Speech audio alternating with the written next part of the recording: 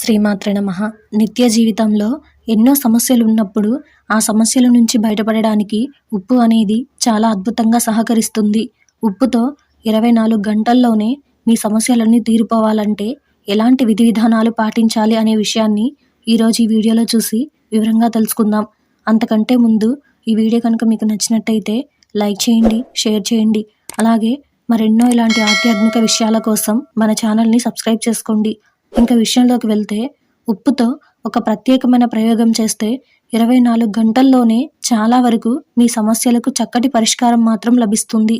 అసలు ఉప్పుకి ఎంతటి గొప్ప ప్రయోజనాలు ఉన్నాయి అంటే, ప్రాచీన కాలంలో గోశాలల్లో ఉప్పు స్తంభాలని కట్టేవారు.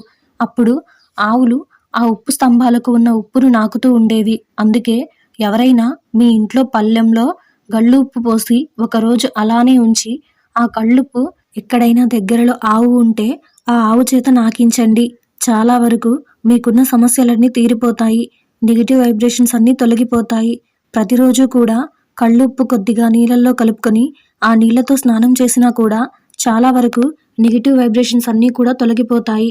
అంతేకాకుండా మీరు ఏదైనా ప్రాబ్లంలో ఉన్నప్పుడు ఒక పిడికెడు కళ్ళుప్పు చేతుల్లో పట్టుకొని ఇలా గట్టిగా కళ్ళుప్పు చేతిలో పట్టుకొని 5 నిమిషాలు ఇష్టదేవతను ప్రార్థించి ఆ కళ్ళుప్పు చేతిలో ఉన్నది సింక్లో వేసి నీళ్లు తిప్పేయండి.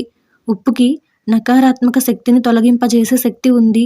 మీ సమస్యకు తొందరలోనే చక్కటి పరిష్కార మార్గం లభిస్తుంది. అలాగే ఉప్పుతో ఒక ప్రత్యేకమైన ప్రయోజనం ఉండాలంటే ఉప్పుతో ఒక ప్రయోగం చేయాలి. అంటే 24 గంటల్లోపు ఏదైనా సమస్య ఉన్నప్పుడు ఆ సమస్యకు పరిష్కారం రావాలంటే ఉప్పుతో ఒక ప్రయోగం చేయాలి. ఆ ప్రయోగం ఏంటంటే, ఒక ఎండుమిరపకాయను తీసుకోండి. తొడిమె ఉన్నటువంటి ఎండుమిరపకాయను తీసుకోవాలి. అలాగే పసుపు ఆవాలు కొన్ని తీసుకోండి.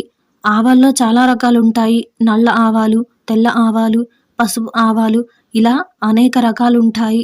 ఆవాల పైన పొట్టు తీసేస్తే వాటిని పసుపు ఆవాలు అంటారు. పసుపు ఆవాలు కొన్ని తీసుకోండి. గళ్ళుప్పు కొద్దిగా తీసుకోండి. తొడిమె ఉన్నటువంటి మిరపకాయ, పసుపు ఆవాలు, కొద్దిగా కల్లుప్పు, ఇవన్నీ తీసుకొని చేతిలో పిడికెడు పట్టుకోండి. పట్టుకుని ఇష్టదేవతను మనసులో స్మరించుకోండి.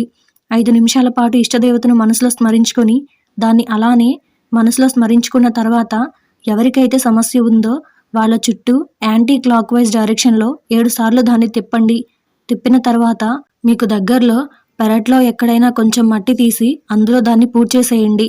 24 గంటల్లోపు మీకు అద్భుతమైనటువంటి పరిష్కార మార్గం మీ సమస్యకు లభిస్తుంది.